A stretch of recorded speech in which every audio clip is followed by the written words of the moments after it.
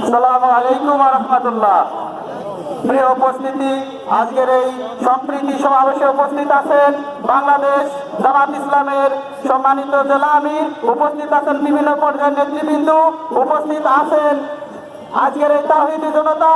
আজকের এই সম্প্রীতি সমাবেশের পক্ষ থেকে আপনাদেরকে বাংলাদেশ ইসলামী ছাত্র শিবিরের পক্ষ থেকে শুভেচ্ছা এবং মোবারকবাদ জানাচ্ছি।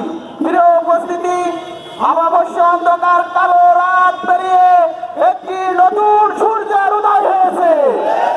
আমাদের এই ছাত্র সমাজের রক্তের বিনিময়ে সূর্য উদয় হয়েছে।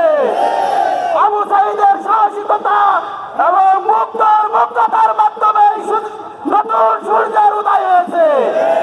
প্রিয় উপস্থিতি, আমরা যে দ্বিতীয় বিজয় পেয়েছি, আমাদেরকে এই বিজয় নস্যাৎ করার জন্য যারা ষড়যন্ত্র চালাচ্ছে তাদেরকে বলে দিতে চাই, বাংলাদেশের ছাত্র জনতা রাজপথ ছাড়ি নাই। যে কোনো ষড়যন্ত্রের মোকাবেলা করার জন্য এদেশের ছাত্র সমাজ প্রস্তুত আছে।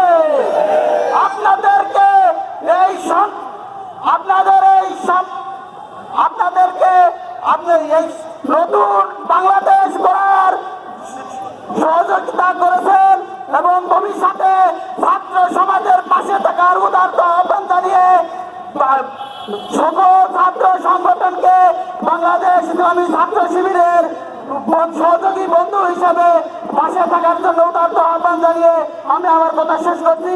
আসসালামু আলাইকুম ওয়া রাহমাতুল্লাহ।